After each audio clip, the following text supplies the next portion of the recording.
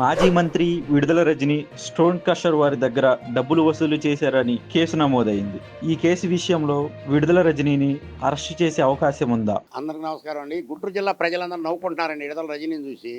ఎందుకంటారేమో, విజ్ఞాన్ రత్తయ్య గారు అనే ఆయన ఈ జిల్లా మొత్తానికి సుప్రసిద్ధులే. ఆయన రాజకీయంలో ఏం లేడు. ఆయన స్వశక్తిగా ఆయన కాలేజీలు పెట్టుకొని కాలేజీలు నడుపుతుంటే పోయినసారి ఈయన వచ్చి వైసీపీ పార్టీలోనే నరసరావుపేట ఎంపీగా చేశాడు. మరి నరసరావుపేట ఎంపీగా చేసినప్పుడు కూడా మేము దీక్షలు చేస్తుంటే మా దగ్గరకు వచ్చి ఒక రోజు మమ్మల్ని పలకరించిపోయాడు. అన్ని దీక్ష శిబిరాల్లో అందరినీ రైతులందరినీ కలిసి వెళ్ళాడు. ఆయన ఏమి చెప్పలేదు. ఆ రోజు ఆయన పార్టీ ఆదేశానుసారం ఇక్కడికి రావడం కూడా ఆయన రావాల్సిన కాదు. అయినా కానీ రైతుల కోసం వచ్చాడు. వాళ్ళు రైతుల మనుషులోళ్ళు, ఎప్పుడు కూడా జిల్లాని అంటిపెట్టుకొని ఉన్న మనుషులోళ్ళు. వాళ్ళ తాతగారు కూడా ఒక పద్ధతి అయినాడు. ఆయన ఎప్పుడూ రాజకీయాన్ని అడ్డం పెట్టుకుని డబ్బులు సంపాదించలేదు. ఒక రాజకీయాన్ని అడ్డం పెట్టుకుని, ఒక నాయకుడిని అడ్డం పెట్టుకుని ఆయన కోటాను కోట్లు సంపాదించలేదు. ఇడదల రజనీ లాగా. అసలు ఈ ఇడదల రజనీ అనేమా ఎక్కడామా, ఎక్కడి నుంచి ఎక్కడికి వచ్చిందేమా, ఏమెవరో వాళ్ళని విమర్శించడానికి, వాళ్ళని అంటానికి పోనీ పట్టుకొని అనమను. జగన్మోహన్ రెడ్డి కనుక చంద్రబాబు నాయుడిని అనవసరంగా తీసుకెళ్ళి స్కిల్ డెవలప్మెంట్లో దాంట్లో ఏమీ నిరూపణ లేకుండా తీసిపోయి జైల్లో పెట్టి 53 రోజులు చేర్చినట్టు కాదు. వీళ్ళ మీద ఒకటి నిందారోపణ చేస్తే అది కరెక్ట్గా ఉండాలి, ఉండి పట్టుకొని చేయాలి. ఇప్పుడు నీ మీద నిందారోపణలు ఉన్నాయి, నీ మీద కేసు పెట్టాడు స్టోర్ కాస్ట్ ఆయన లక్ష్మీనారాయణ ఏదో ఉంది ఆయన పేరు. మరి నువ్వు 2,20,00,000 రూపాయలు నువ్వు తీసుకున్నావు. నువ్వు కానీ నీ పిఏ తీసుకొని, నీ గుమస్తా తీసుకొని, ఎవరైనా తీసుకొని మీరు తీసుకున్నారు, డబ్బులు తీసుకున్నారు కాబట్టి వాళ్ళు వచ్చి చెప్పుకున్నారు. శ్రీకృష్ణదేవరాయలు గారికే చెప్పారంట. ఆయన కాగితాలతో సహా చూపిస్తున్నాడు కదా. మీరు ఇంకా ఏమి ఆయన మీద మీరు నిందలేస్తారు? అసలు వాళ్ళు ఈ జిల్లాలో అందరికీ దాదాపుగా 60 సంవత్సరాల లోపు వాళ్ళ మొత్తానికి వాళ్ళకి తెలుసు, సుపరిచితులే. ఆ రత్తయ్య గారికి కానీ శ్రీకృష్ణదేవరాయలు గారు అంటే కొద్ది కుర్రాడు. ఈయన తెలియపోవచ్చు కొంతమందికి. ఆయన మాత్రం అందరికీ తెలుసు రత్తయ్య గారు. ఆ కుటుంబం అటువంటి అడ్డగోలైన కుటుంబం కాదు. రజనీలాగా దాచుకొని తినే కుటుంబం కాదు. వాళ్ళు కష్టపడి పైకి వచ్చిన వాళ్ళే. కష్టపడి వాళ్ళ విద్యా సంస్థలు వాళ్ళు నడుపుకుంటుంటే ఈయన వచ్చి నేను పార్టీలో పోతానంటే అప్పుడు ఈయన సీట్ ఇచ్చి వైసీపీలో గెలిచాడు. మళ్ళీ రెండోసారి ఏమో మరి ఇక్కడే మళ్ళీ గెలిచాడు. ఆయనకేం ఇబ్బంది లేదండి. జగన్మోహన్ రెడ్డి కూడా చెబుతాను నేను ఏ తప్పు చేయలేదని. మరి 43,000 కోట్ల ల్యాండ్ తీసుకొచ్చారు, ఎట్టబట్టుకున్నారు. ఈయన మరి జైల్లో ఎందుకు పెట్టారు, ఈడీ కేసులు ఎందుకు పెట్టారు, మరి 32 కేసులు ఎందుకున్నాయి ఈయన మీద, ఈడీ కేసులు 18 ఎందుకున్నాయి? ఆయన చెబుతాను నేను నిజాయితీ పరుణ్ణి, నీతి పరుణ్ణి, నేను 1 రూపాయి చేయలేదని. మరి ఆయన కూడా చెప్తున్నాను. అట్నే ఇడదల రజనీ కూడా చెప్పింది. మరి చెప్పినామైతే పత్తిపాడులో ఉండకుండా మళ్ళీ గుంటూరు ఎందుకు వచ్చింది? మళ్ళీ గుంటూరు నుంచి మళ్ళీ పత్తిపాడు ఇప్పుడు ఇన్ఛార్జ్ చిలకలూరిపేట ఇన్ఛార్జికి ఎందుకు పోయింది? ఆమె ఏంటి అసలు? ఆమె ఏంది? ఆమె ఎక్కడామా? ఆమెకి ఏమీ తెలియదండి. అసలు వైసీపీ పార్టీలో ఉన్నదే అంతా రౌడీ మోకలో. దాంతోపాటు ఏమో లేడీ కాబట్టి మనం ఏం అనకూడదేమన్నాయి. ఆమె ఎందుకు చేయలేదు? అన్నిట్లో అవినీతి ఆరోపణలు చాలా ఉన్నాయి. ఆమె ఆ రోజు అధికారం ఉంది కాబట్టి మేము ఎవరైనా పోయి కేసులు పెట్టినా కానీ ఆ కేసులు పోలీసు వాళ్ళు తీసుకోలేదు. మరి ఆమె మన చెబుతుంది నిన్న చెబుతుంది మా మీద అక్రమంగా అనవసరంగా కేసులు పెట్టారంటుంది కదా. మరి రాజధాని రైతుల మీద ఎందుకు పెట్టారు కేసులు? దేని పెట్టారమ్మా? నువ్వు ఆడ మనిషి అయిపోయావు, నేనేమంటానికి వీల్లేదు. కానీ నువ్వు ప్రగల్భాలు మాత్రం బాగా బలుగుతున్నావు. నువ్వు దేని బలుగుతున్నావు అర్థం కావట్లా. నువ్వు చేసినవన్నీ తప్పులన్నీ నీ దగ్గర పెట్టుకొని నువ్వు ఎదటాలని అంటున్నావు. అక్రమంగా కేసులు పెట్టారు నీ మీద, అన్యాయంగా కేసులు పెట్టారు నీ మీద, అందరి మీద. ఇప్పుడు మొన్న పోసారి కృష్ణమురళి వేసినా కానీ అన్యాయం, అక్రమం, మొత్తం అన్ని కేసులు అక్రమం కేసులే మీ మీద. మరి అది తప్పితే రెడ్ బుక్ అంటున్నారు. మీరు ఒకటి మాత్రం గుర్తుపెట్టుకోండి, చంద్రబాబు నాయుడు లా అండ్ ఆర్డర్ని మించిపోయి ఒక్క పని కూడా ఆయన ఏది చేయడం గుర్తుపెట్టుకోండి మీరు. ఆ రజనీ గారిని, ఆ పోసారి కృష్ణమురళి సమాధానం చెప్పమని మరి నేను అడిగే ప్రశ్నలకు వాళ్ళ దగ్గర దమ్ము ధైర్యం ఉంటే 29,000 మంది రైతులు భూములు ఇచ్చి, రాష్ట్రానికి రాజధాని లేదని భూములు ఇస్తే వాళ్ళ మీద ఎందుకు పెట్టారు కేసులు? ఏం చూసి పెట్టి వీళ్ళు ఏమైనా దారి దోపిడీలు చేశారా, దొంగతనాలు చేశారా, లూటీలు చేశారా, లేకపోతే బ్యాంకులు ఏమైనా దోశారా? దేని పెట్టారు వాళ్ళ మీద కేసులు? అందుకని నీ మీద నిర్ధారణంగా వాళ్ళు పెట్టారు, స్టోన్ కాస్ట్ వాళ్ళు పెట్టారు నీ మీద 2 కోట్లు నువ్వు తీసుకున్నావు. ఇప్పుడు చెప్పడం ఏంది ఇది? నువ్వు అసలు పదవిలో ఉండగానే చెప్పారమ్మా నువ్వు కాజేసావని డబ్బులు. నువ్వు అంతేగాని నువ్వు అనవసరంగా మాట్లాడబాకు తల్లి. నువ్వు ఎందుకంటే ఆడ మనిషివి, నిన్ను ఏం అనాది కాటలా.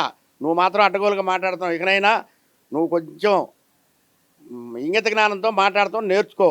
అంతేగాని శ్రీకృష్ణదేవరాయలు వాళ్ళ కుటుంబాల మీద నువ్వు బురదల్లినంత మాత్రాన ప్రజలేమో నమ్మే పరిస్థితులు లేరు. అసలు మీ పార్టీనే నమ్మే పరిస్థితులు లేకనాక మీకు 11 సీట్లు ఇచ్చింది, మధ్యలో 5 తీసేసి ఉన్నాడుగా పనికి మళ్ళీ కొడాలి నానిగాడు ఒకడు. వాడిని అరెస్ట్ చేయాలనే ఆంధ్ర రాష్ట్ర ప్రజలందరూ ఎదురు చూస్తున్నారు. ఎందుకంటే వాడు తిట్టిన తిట్లు మా కంబారినే తిట్టాడు. మా కంబారిని తిట్టాడు, మా ఆడవాళ్ళని, మా పెళ్ళాలను తిట్టాడు. వాడు ఎన్నెన్నో ప్రగల్భాలు పలికాడు. మరి అలా సాక్షాత్తు ఏ ఇంటో ఏ చేయి అన్నం పెట్టిందో ఆ చేతినే వాడు నరికేశాడు. మరి అట్లాంటప్పుడు వాడిని వేయాలని ఆంధ్ర రాష్ట్ర ప్రజలు ఎదురు చూస్తారు. మరి నెక్స్ట్ ఆయనే నన్ను అనుకుంటున్నారు అంతే. అంతవరకే తెలుసు నాకు. ఇంకా ఎలాంటి వాళ్ళు ఎంతమంది ఉన్నారండి?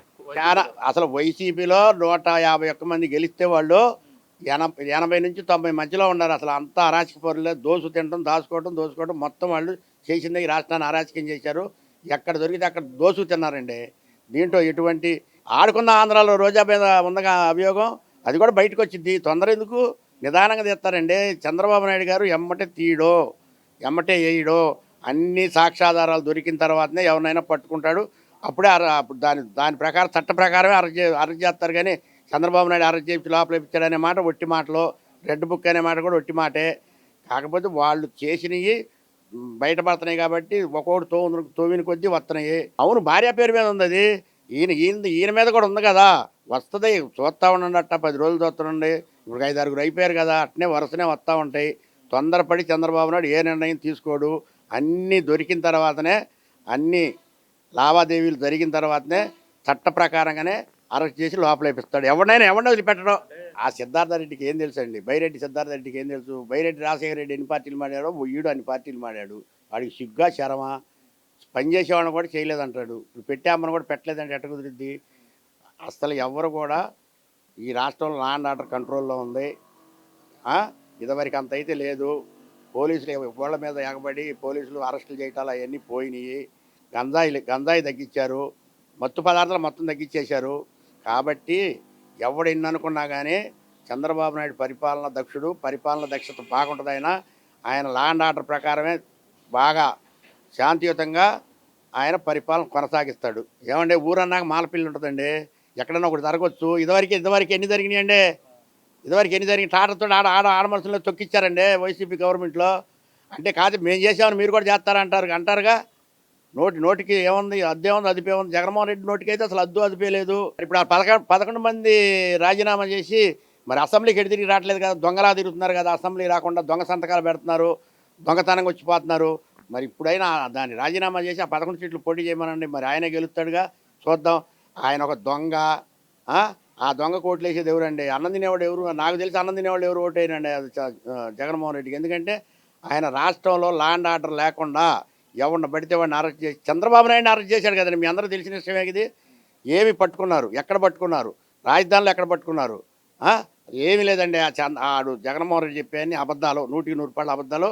ఆయనకి రాజమండ్రి జైలుకి ఎప్పుడా అని ఎదురుచూస్తుంది. జైలు కూడా ఎదురుచూస్తుంది, తొందరలోనే వెళ్తాడు. ఏమన్నా నేనే వైసీపీ వాడిని కాదు. ఎట్టబడితే అట్ట అడ్డగోలుగా మాట్లాడి ఆడపిల్లల మీద ఎమ్మన్నాలు వేయటానికి. ఆడపిల్లలు మాట్లాడితే చలామణి అయిద్దండి, మగవాళ్ళు మాట్లాడితే చలామణి కాదు. 1 అంటే 3 పుట్టిస్తారు. ఆ శ్యామలు ఎవరో కూడా నాకు తెలియదు వాస్తవంగా. నేను కాంగ్రెస్ వాదిని. అసలు అంటానికి మేము సరిపోవండి. ఆడపిల్లలు అంటారు, మేము అనం. వైసీపీ వాళ్ళు అయితే అట్ట పడితే అట్ట అడ్డగోలుగా మాట్లాడతారు. కాంగ్రెస్ వాళ్ళు కానీ తెలుగుదేశం వాళ్ళు బయటికి రారు.